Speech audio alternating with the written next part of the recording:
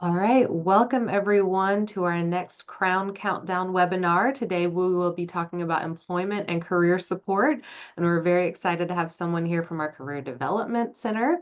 As we get started, feel free to introduce yourself in the chat, say where you're joining us from and what program you're here to do. Um, if you happen to know what the WhatsApp group is for the new incoming students and you'd like to share that, please put that in the chat as well for any students who haven't yet joined or aren't aware. As we're going, if you have questions for us, please put them into the Q&A at the bottom of your screen. Since the chat might get hard for us to manage, that way we can keep track of your questions. All right, and we will go ahead and get started. As always, we're recording this and it will be posted to our admitted student guide within the next day or two. So I'll allow my colleague to go ahead and introduce herself first.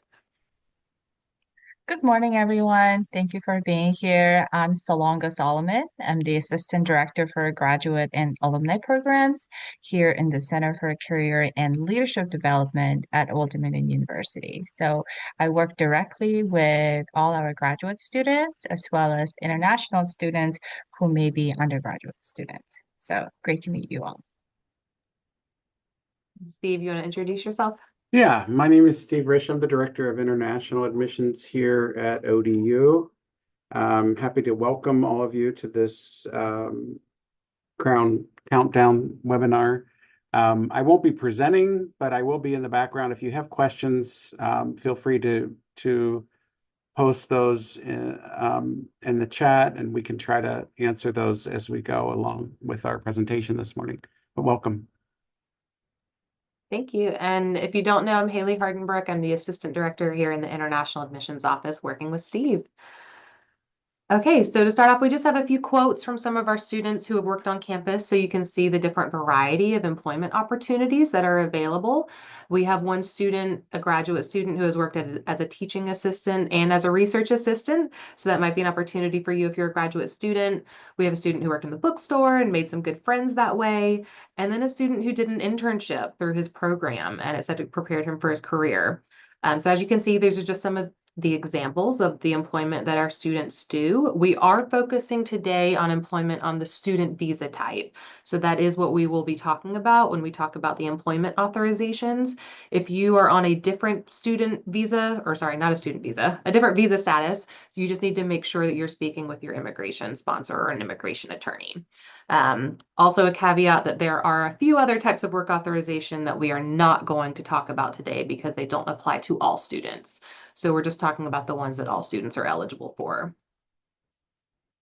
So our agenda for today, we're going to talk about why career development matters, different types of student employment, both on campus and off campus, job search strategies and preparation resources, and we will briefly touch on taxes and social security numbers. We are not the experts on this, but we do get questions about this even before you arrive on campus, so we just briefly wanted to address this. But before we get started, we wanted to do two polls. So if you've logged in before, you're familiar with this first one. It's where you are in the visa process. We like to just know and keep track throughout the summer, see how our students are doing in obtaining their visa if you are trying to get the student visa. So you should see the poll on your screen now. If you can please just answer what is your visa type and then where are you in the visa process. And some of those options are you're already in the US or I have my visa, or maybe you aren't even doing the student visa. So if you can quickly tell us where you are in your process, that's helpful for us.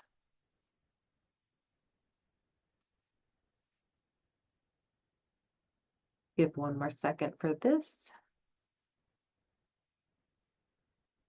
Okay, go ahead and end that one. And then the next one is, this is a fun one. So workplace slang. So I've just launched it on my screen if you can see it. So this is just, you hear some things around the workplace or the office, that's very casual or slang term as we call it. And you might not understand what that person is saying to you. So this is just a fun quiz, if you want to take it. The first one is the plate problem. If my coworker says I have too much on my plate right now, what do they mean? And so you can see the options here. Maybe it means they took too much food from the cafeteria, or they're very busy with a lot of tasks, or they need a bigger desk. Um, so you can feel free to put in what you think, what your guess is. This is a quiz format, so it should show you right away if you got it right or wrong, and nobody else can see. So it's just a fun thing to do. The second question is the loop mystery. If your supervisor tells you to make sure to keep me in the loop, what are they asking you to do? I don't know if anybody's familiar with these phrases. The third one, the page check. When a manager says we need to make sure everyone is on the same page, what do they want? What does that mean? The ball game. If a team member says, I dropped the ball, what does that mean? I don't know if you guys are familiar with some of these phrases or not. Feel free to, put in the chat if you, or speak up if you've heard these before. You're welcome to unmute yourself. This is a casual, stop us if you have questions. So feel free to unmute, like I said. And the last one is crunch time. If your supervisor says it's crunch time, what do they mean? If anybody wants to take a guess.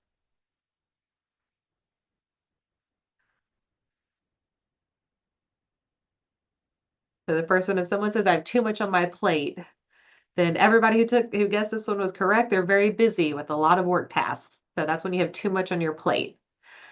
If your supervisor says keep me in the loop, yes, they're asking you to keep them updated and share the latest information. Everyone got that one as well.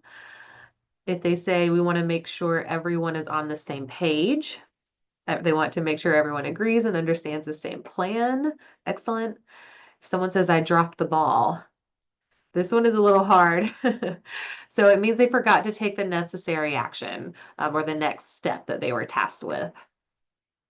And then finally, it's crunch time. It means we are near a deadline and we must finish our work fast. All right, good job, everyone. I thought that was a fun thing to do. So you might hear some slang terms like that around the office. So we will end that poll and we will move on. I'm going to turn it over to Salongo. Great. Thank you so much, Haley. So when you arrive on campus, you will have access to a myriad of student support services and different offices around the campus. And they're all very valuable, but the key office that you're going to have access to and highly encourage you to start using from day one is our office. So Center for Career and Leadership Development. We provide a variety of leadership programs as well as support your career development from day one all the way until graduation. So that includes helping you to find on-campus positions, off-campus positions, and our key services really circle around our career coaching services and job search support process. So that looks like you meeting with a career coach in a one-on-one capacity. So I am a career coach myself, and I conduct a lot of individual coaching meetings with students via Zoom as well as in person at our campus. And our office also provides a lot of key technology access to you all. So one of the technologies is InnerStride. So you may or may not have heard of it, but InnerStride is an international student job search tool that you can, again, use it as an ODU student. And I'll talk a little bit more about that later in the slides and share some of the best practices. And the second one is Handshake. So you will most likely would get an email in your ODU email from Handshake asking you to activate your account. So later on, again, I'll talk more about that. But Handshake is basically our centralized source for looking for jobs, definitely on-campus jobs, as well as off-campus jobs and internship support. Okay. And our office also plans and facilitates all of our career fairs. So we have a lot of career fairs designed for a variety of majors, and most importantly, helping you get connected with those employers and really making those employer connections while you're on campus. And of course, that will pave the way for off-campus employments as well. We also, like I said, provide a lot of leadership and professional development opportunities. Happy to talk through those as well during our one-on-one meetings. And our office also oversees the student employment and the mentorship programs. So a lot of those hourly positions that you can apply for is through our office. We offer a variety of other services like career tracks, service and learning, campus communities. So if you're looking for volunteer opportunities to kind of boost up your resume here in the US, volunteering in the community and taking part in those service learning opportunities are a really good way to do that. And lastly, we have a pantry on campus. So, Monarch Pantry is all students will have access to fresh produce and a variety of food items on campus on certain days of the week. And again, that's free to all our Old Dominion students as well. Lots of good services Back from to this you. office. So yeah, and she's going to talk more about some of these in just a few minutes. So we are separating today into on-campus employment and off-campus employment, just to keep them separate for you. We're going to start with on-campus employment, but first we wanted to do a quick little pre-assessment just to see what you guys already know. Again, it's kind of a fun thing. This is totally anonymous, so don't worry if you don't get it correct. It's in a quiz format. You should see it on your screen now, but just a fun quiz for yourself to see what do you already know about employment on the student visa. So the first question is, how many hours each week can you work as an international student? The second one is, when can I start working for the university? And when can I start my first internship or work off campus? And the last question is, any off-campus work must relate to my major or field of study, true or false? Let's see what you guys think. All right, some answers are coming in.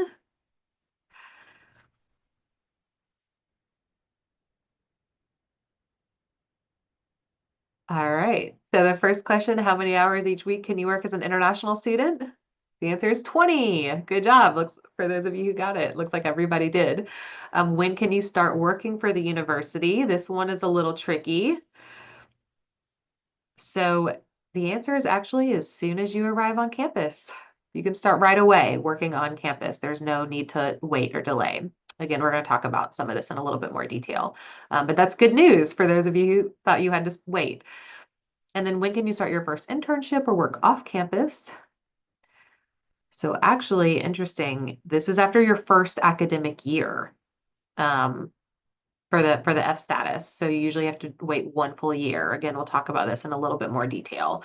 And then any off-campus work must relate to my major or field of study. That is true. So you can't do any work that's unrelated to your degree. Okay, good job, guys. All right, so now we will go into some of this a little bit more. So campus employment, as we mentioned, if you are a student visa holder, so this is the F or J visa, you can only work 20 hours a week. That's while school is in session. So over the summer, when it's a vacation term and you're not taking classes, you can work more than that. But while school is in session, only 20 hours a week, because you're here to be a student first and foremost, so you should be focusing on your classes. And as we said, you can start the day that you arrive. J students, if you are on a J visa, you do have to get written permission first. If you're a Fulbright student, that would come from the Fulbright organization, or if you're a J student coming on our visa document, the visa office will give you that permission. But as soon as they give that to you, you can start. And if you're an F student, you don't need anybody's permission. You can just go ahead and start the day you arrive. There are two criteria to make it count as on-campus employment. So it physically has to take place on ODU's campus, and the payment has to come from ODU. And those are the only two rules, okay? So now a little pop quiz for you. If you are tutoring a classmate on campus, does that count as on-campus employment? You should have reactions at the bottom of your screen if you want. You can give like a thumbs up if you think yes, or a thumbs down if you think no, that doesn't count as on-campus employment. So if a classmate says, hey, I'll give you $20 if you sit with me and tutor me in this subject I don't understand, and you do it on campus, would that count? All right, I see a thumb down from somebody. Anybody else want to take a guess? All right, so no, that would not be allowed because the payment is not coming from ODU, it's your classmate paying you. So even if you're tutoring them on campus, this would not count as campus employment and you could not do it, okay? All All right, what about the next one? Babysitting for your professor. They say, hey, I really need you to watch my kid. Well, which is maybe ethically they shouldn't be asking you that anyway, but let's say, will you babysit my child? You can do it on campus, so it takes place on campus, and I'm a professor for the school. Can you do that? Would that count as on-campus employment? What do you guys think? Thumbs up or thumbs down?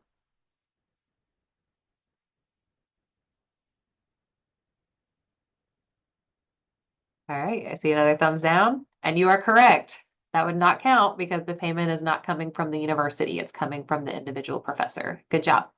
Okay, now the next one. If you want to work at a coffee shop, it's right near campus, it's 2 blocks away. A lot of students come in. Um, it's nearby. Does that count as on-campus employment? What do you guys think? Thumbs up or thumbs down? All right, several thumbs down, and you are correct.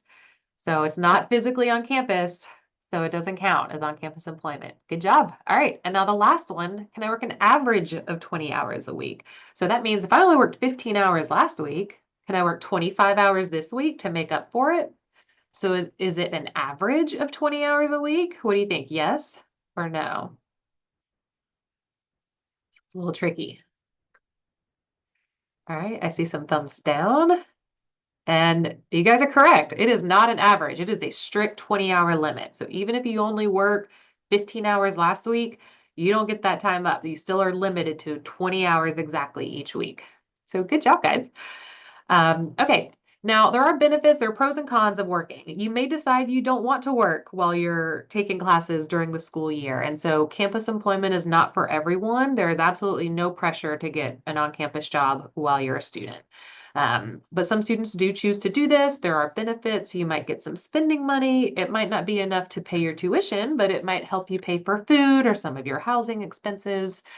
You might get some great work experience or transferable skills. So maybe, even if you're doing something that's not directly related to, research or your field of study, you're still learning transferable skills, maybe like time management or teamwork if you're part of a team, and you can take that to a job when you graduate.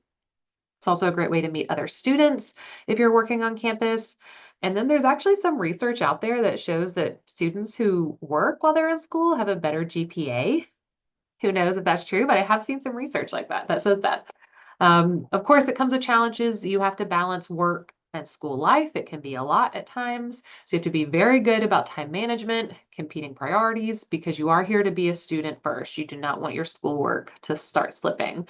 And then some students don't really take campus employment seriously. They think, well, this isn't a real job. I can show up late or I can, kind of take it easy. And it is a real job. And you might need a reference from your manager to apply for a job after graduation. So you do need to take it seriously or it can have a negative impact. Okay. And if you decide to move forward with campus opportunities, Salonga is going to tell you about how to find those. Thank you, Haley. So I wanted to differentiate between the undergraduate student campus opportunities versus a graduate student. So I'm just curious how many graduate students we have and undergraduates. If you just want to put it in the chat, that would be great. But if you're an undergraduate student, you can apply for all hourly positions on campus. Right, so you do that on Handshake, the website I talked about earlier. So some of the sample job titles you may see when you're applying include graphic designer, hourly student engagement assistant, front desk assistant, a receptionist. Sometimes you could get positions at our student recreation center or the student gym. So you could look into that. But the key word here is hourly. So you can apply only for hourly positions on campus. Okay. And you find those on Handshake. Same rule applies as Haley talked about, 20 hours a week and all of those things. So make sure you follow those specific rules and regulations, but hourly positions are a great option. Another option is called program assistant roles.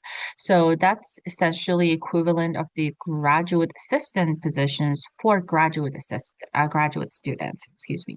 But program assistant roles are for undergrads. Okay.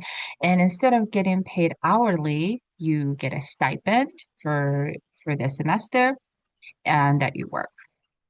Okay. And you could also find those positions on Handshake as well as sometimes around the campus. And we can talk about that a little bit later, what that looks like, how to find some of those opportunities that may not be posted on Handshake in some cases. And lastly, research opportunities if they're available. So as you are progressing in your coursework and you get to know your professors or some of those faculty members in the specific department, there could be some opportunities to be involved in research. So that's kind of a case by cases. Okay, so if you are a graduate student, then a lot of the opportunities you're looking at are graduate level opportunities. So the common ones are graduate assistantships, or we just call it GA for short. So, for example, in our office, we have at least about 5 GAs in our office. So a lot. And again, you do find those opportunities online. You apply with your resume and cover letter, and then you see if you're selected. Another position is graduate research assistantships. So that's a little bit slightly different than the first one because this focuses on research most of the time. Just the GA can mean a variety of different roles and responsibilities. And teaching assistants is another one, or known as TA. So you are essentially supporting the faculty, right, in terms of the coursework and grading and classroom support and things like that. So it can be a really great opportunity to step into the classroom and gain some of those experience as well. And graduate students can apply for hourly positions on campus, just like undergrads. So that's another option that you'll have. And ODU has a ODU Research Foundation that you can actually work, and they have a separate website. You apply and look for opportunities. They tend to post some postdoc, project scientist, research assistant positions. Again, happy to kind of walk you through this process when you're here if you're interested in exploring some of the Research Foundation positions. And we also want to note that um, in terms of on-campus positions, there are some positions financed through the federal government and financial aid, so known as Federal Work Study. And another one's called LEAP. International students are not eligible to apply for this position. So if you see on Handshake anything that says LEAP or Federal Work Study, or they'll say it FWS, then you will not qualify. So only look for GA positions and hourly positions. Okay.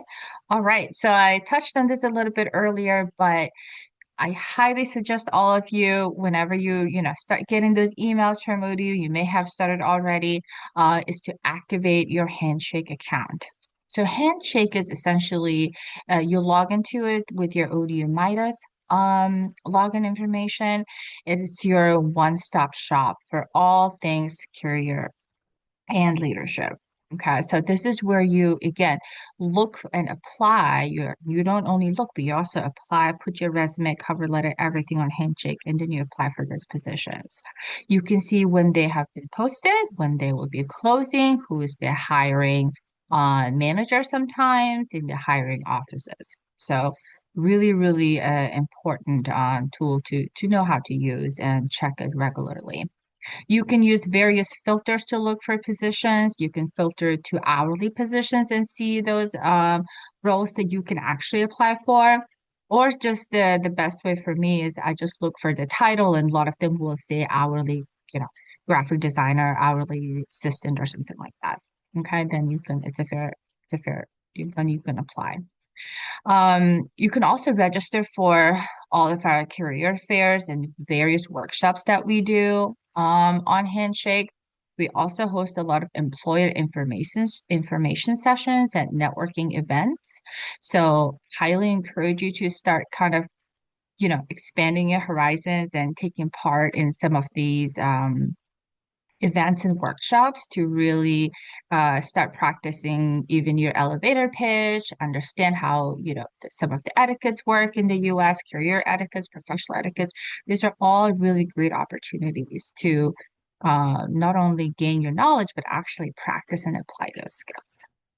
Also on Handshake, if you are active on there, you will receive our tailored newsletters, student newsletters based on your major and your career interests. So we do send those out every semester. So it's a great way to stay up to date with what's going on around campus and just the overall your career development. And Handshake, this is where you schedule appointments with us. And CCLD it's Center for Career and Leadership Development. It's the long name, so we just go by CCLD. But that's where you look up coaches you want to meet with. You select what kind of appointment you want, and you also select what kind of setting you want, whether it's a virtual or in person. Okay. And lastly, Handshake, we connect you with off-campus resources, so off-campus positions, internships, of course, a lot of professional opportunities. So it's just again, truly a one-stop shop for all things you need to know for a career. That's great. I was going to mention too, another place you can find on-campus positions if you're looking is the university daily announcements. It's an email that you receive every day from the university. It just has a list of things that are going on. And oftentimes I see postings. I've seen like undergraduate research positions. I've seen stipend positions, or like a one-time, like right now, the graduate school is paying students to record a little video for them. So like one-time opportunities like that. So that daily newsletter, the daily announcements email is another great place to check for on-campus jobs. Yes, that's a great one, Haley. Yes. All right. So off-campus employment. So we're going to move on from that again. If you have any questions about on-campus employment, put them in the Q&A and we will definitely address them. But we know a lot of students are interested in doing internships or co-ops or, finding jobs after graduation. So we did want to address that as well. The off-campus employment does always require written authorization before you can start. Okay, so if it either has to come from the visa office or if you're a Fulbright student, Fulbright is the one who has to give you that written authorization. And then if you're an F student, you usually have to wait one full academic year. So that means if you're starting this fall, summer of 2027 is the first time you'll be able to do an internship, some kind of summer internship. If you're an F student, you don't have to wait a full year. If you're a J student. So if you are on the J student visa, you don't necessarily have to wait that full year, but F students do. And now for anybody, whether F or J, any type of employment is always incidental to being a student and has to be related to your studies. It's called practical training because it's supposed to be the practical aspect and the training aspect that goes along with your classroom studies. So you may have heard the term CPT, which stands for Curricular Practical Training. That's what it's called. That's the name of the authorization while you're in school, and it has to be tied to your curriculum. That's why it's curricular. Once you graduate, it's called optional practical training because you don't have to stay and do OPT. You are free to leave. But if you do, it's still practical training. So it still has to be related to the degree that you just received. Or if you're a J1 student, it's called academic training, again, because it has to be related to your academics. And that's what it's called, whether you're in school or after school for a J. So it always, always, always has to be related to your field of study for any off-campus work. And again, that's because you came on a student visa, not a work visa. So you're here to be a student, not to be a worker. So you have to keep that in mind when you're looking for these opportunities. Okay, so how do I find off-campus jobs and internships? So Salongo has already told you about Handshake, which they also have off-campus opportunities that are posted. Employers post to those and recruiters post jobs to Handshake, so you can look there. And we also recommend using your network here on campus. So your academic departments, the faculty in your program, and your supervisors, maybe if you're working for a faculty member. They often have connections and maybe they can put you in touch with someone or they'll invite you to a networking opportunity. So make use of your on-campus network. That's actually how I first got started. I started with a student internship that then turned into a full-time job that then turned into another job. And so you never know how something's going to start, how your career path is going to take off. And then there are lots of career fairs that Salongo's office puts on, networking events. So make sure you're attending all of those. So use your campus resources. And as we mentioned earlier, start early. Don't wait until your last semester to start thinking about this. Because it takes time to build a network. Sometimes that work authorization takes time. You need to think about these things. Okay, we did also want to mention one other office. They're not here on the call with us today, but we actually have another office called the Monarch Internship and Co-op office that helps students find internships, and they help connect you with employers in the area. So they're actually, here's an example of something they're doing called the Summer 757 Kickoff. They did it at the start of the summer, and they brought together current students who have had internships, so you can ask them how they found their internship and what they're doing and if they like it, and employers from the area. And they all went to a Tides game, which is the baseball team here in Norfolk. So it was kind of a fun social activity, but it connected students and employers and interns. So it was just an example of the type of thing that they do. And they help students. You can sign up for co-op credit through their office. If your program doesn't have an internship course, you can do the co-op credit through them in order to do a co-op or an off-campus internship opportunity. So their office is an important one to know, and I can put the link to their office here in the chat so that you have it, but they can also help you find internships while you're a student. And this is just an example of some of our workforce partners where our students end up working. So you might recognize some of these names here, like Dominion Energy. Some of them work for the city of Norfolk, Geico, Walmart, Truist. So we have a lot of connections in the area. All right, and I'm going to turn it back over to Salongo. Great, thank you. So next, I'm going to talk a little bit more about all the technology resources that we use to support our students' career development. So the first one that we have is InnerStride. So it's specifically designed for international students to navigate the job search process in the US. So as you probably may know a little bit, there are lots of uh, rules and regulations and things you need to keep in mind when you're job searching here in the US. So the InnerStride really serves as that main one of the resources that you can use to really understand some of this immigration guidance and networking guidance and just the overall really helpful career tools that could be helpful for you. So, of course, the first and one of the first important features is the job and internship listings tailored to international students. So once you log in, you're able to set up your profile and you can search for various positions across the country. So not just limited to the Virginia, but you can also look at all over the US and see what's their history of sponsoring students in the past.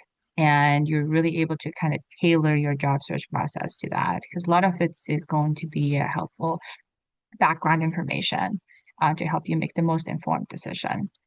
And InnerStride also provides a lot of visa and immigration resources. So it's really, really helpful because it helps you navigate the whole work authorization process, right? They do a free webinars, I think on a monthly basis on various topics. Sometimes they will have immigration attorneys actually take part in some of these webinars and able to explain some of the new guidelines and answer questions as well. So really encourage you to use it for that knowledge part as well, in addition to looking for positions. And networking opportunities with various employers and global professionals. It's a great way to connect with potential employers and see, again, if they have that history of, sponsoring or hiring or working with international students. That's a really great chance for you to stay connected with them and even go further and maybe add them LinkedIn and try to stay engaged. And lastly, they offer a lot of career development tools to kind of just help you with the overall job search strategies. And again, as an ODU student, you have access to this. You can log in as soon as your Midas is active and activate your account and just start kind of browsing around. Okay, so this is a quick screenshot of what it looks like once you log in. So as you can see on the left side here is the Insert Old Dominion University. So that's how you know you are logged in the right place. You can go under jobs and look for all the jobs. You can go under network and try to network and connect with a lot of those professionals around the country, sometimes around the world.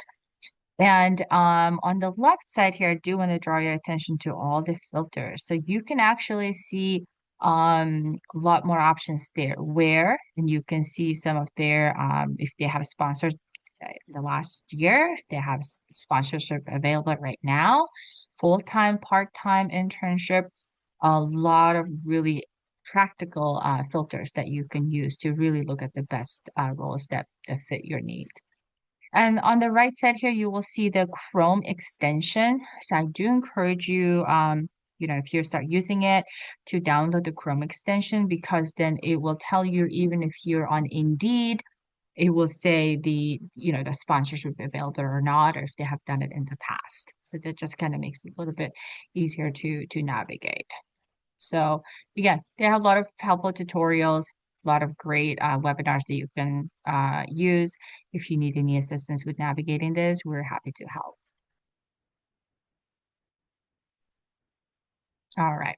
So next one I want to draw your attention to is called Quinsia. So Quinsia, you may remember that name because it's a very unique name, but Quinsia is our AI-powered career development platform that, again, ODU, we have subscribed to, we have purchased that you can use. So it's free to all students.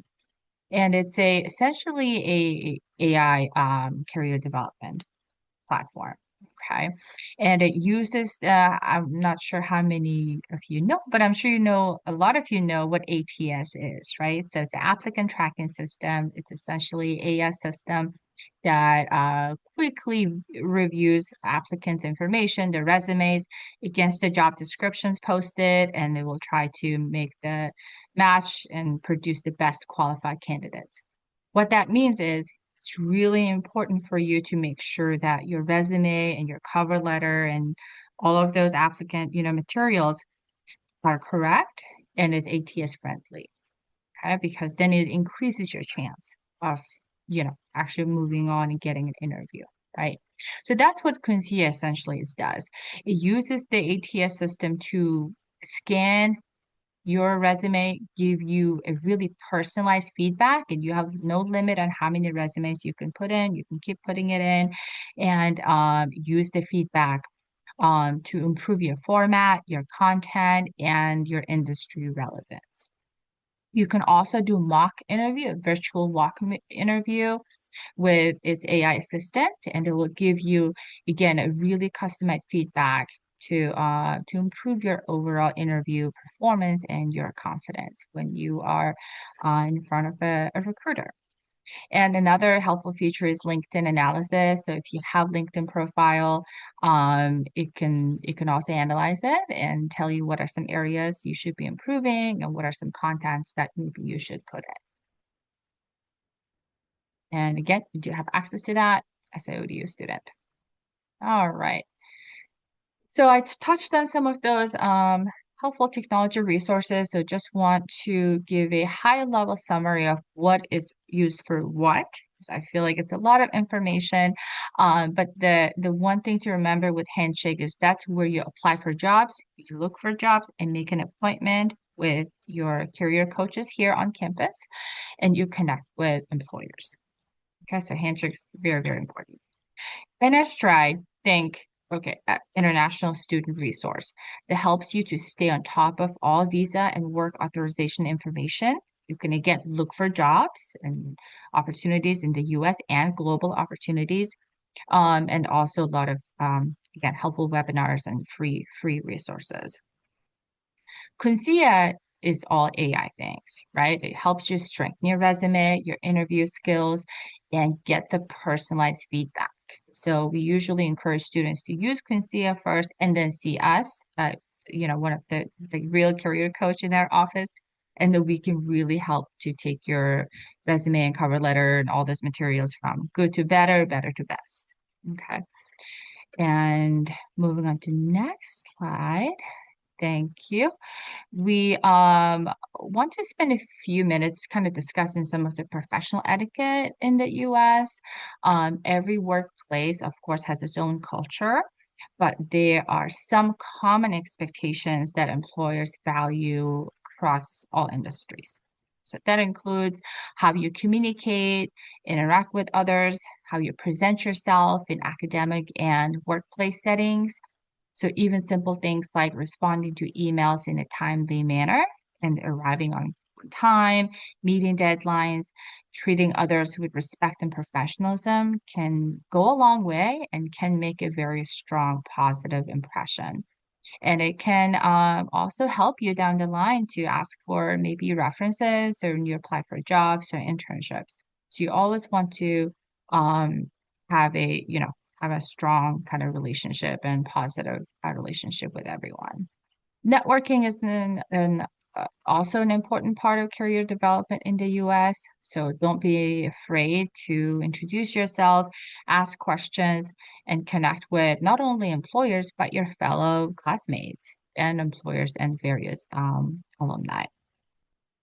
It's typical and a nice etiquette that you send a brief thank you email after meeting with someone. You can connect with them on LinkedIn, see if that's okay, and to kind of keep that conversation going, or at least keep that connection intact. And just a final notice, remember that employers are not only evaluating your technical skills, but they are also looking for your professionalism, communication skills, and being able to, rely on you to get the work done and to work well with others, right? Because you will have those opportunities where you kind of have to work with other team members to get the work done or to get the project done. So developing these habits can really go a long way to help you succeed in not only internship in your classroom, but definitely beyond that. And I definitely encourage you all to kind of keep these etiquettes in mind when you are even going to various offices on campus asking about opportunities, right? Because sometimes they will post it on Handshake, sometimes they may not. So it is okay to go around and maybe ask if they're hiring, but definitely have a balance of not overdoing it. You don't want to go there, every week. Then that kind of goes against the professional etiquette. So just having that fair balance of being professional, but also being passionate to look for opportunities. Thanks. Sorry, I was going to say a few things like because obviously some of this is a cultural difference, right? And so just to highlight something Solango said too about like arriving on time or even a few minutes early. So, I know in some cultures, if you say, hey, we'll meet at 8 o'clock tomorrow morning, if you show up at 8:15 or 8:30 or even 9 a.m., that's okay, right? That is not how it works in the United States. So if we say something starts at 8 a.m., you should be there by 8 a.m. at the latest, okay? And as you said, you kind of gives people time to respond to you. Like if you send an email, you need to wait at least a few days. Sometimes I say a week before following up. If you're following up every day, that's not quite professional. Okay. So there's a few things that might be different from how they work in your home country. And so we recommend that you look into some of these cultural differences. That's all I was going to say. Thank you, Haley. I much agree. Okay, so is just a quick overview of some of the career fairs that I referenced earlier. Like I said, we do a lot of these, so definitely start coming to them, even again, just to practice some of your pitch, your elevator pitch, networking, getting to know people is a really good way to start. So we have two in September, fall student and job volunteer fair. So that's obviously the one you should come because it's volunteer opportunities, on-campus opportunities. Okay, so really great.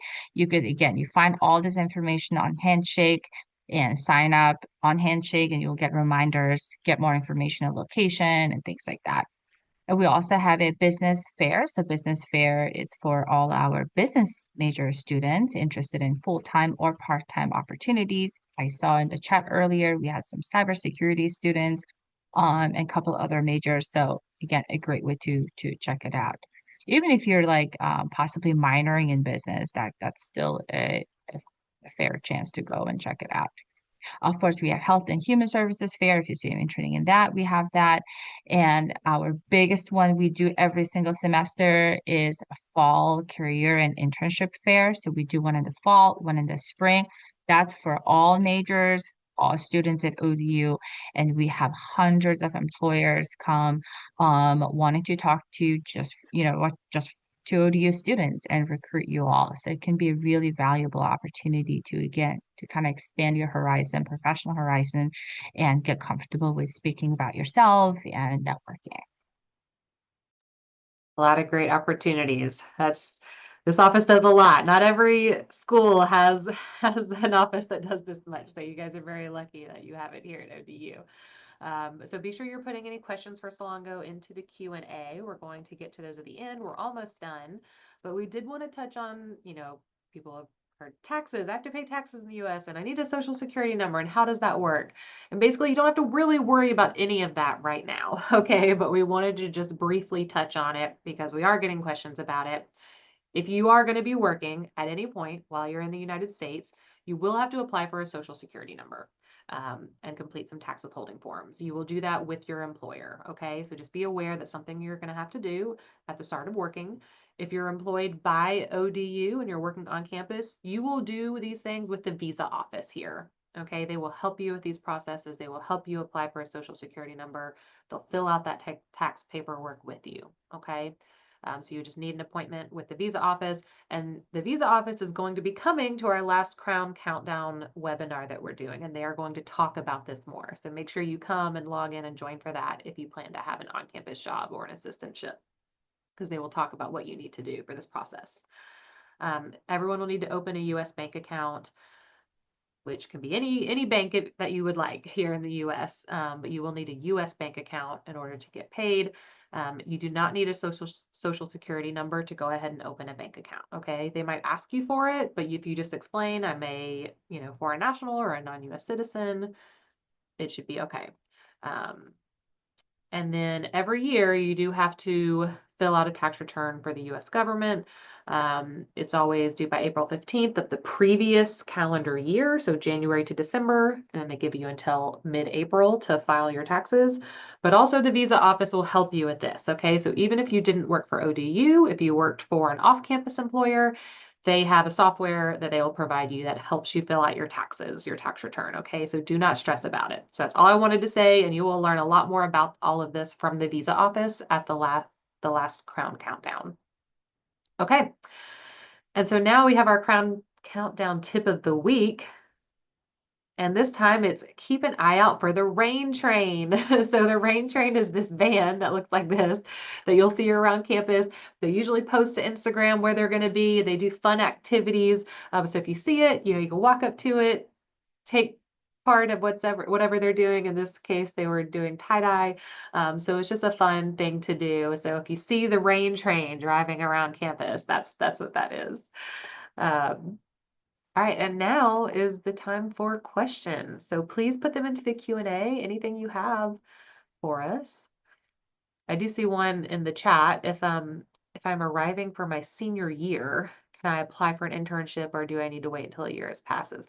So if you're a transfer student, there's potentially you don't have to wait a full year, but it depends on a lot of different factors. So you would want to talk to the visa office.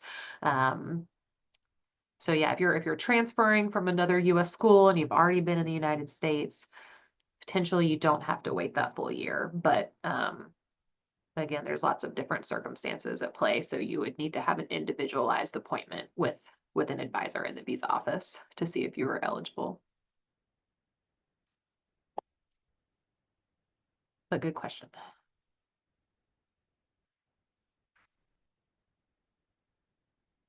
The email, the visa office, I will put that into the chat here. Oh, thank you, Steve. You just put that in. So yeah, if you want to reach out to the visa office to ask more questions about employment authorizations, their email is there. Or again, remember, if you're a Fulbright student, because I know we have several Fulbrighters, your visa document was issued by Fulbright. And so they are the ones who have to give you work authorization. So you should be speaking with your Fulbright advisor about that.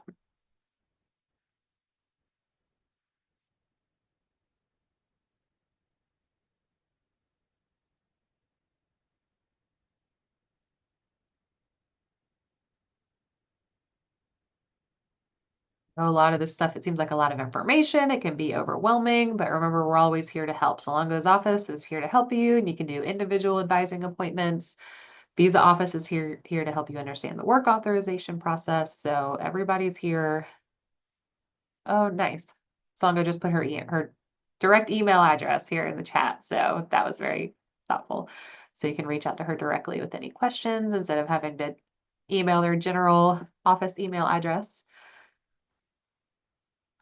Anybody have any questions for us? I'm gonna go ahead and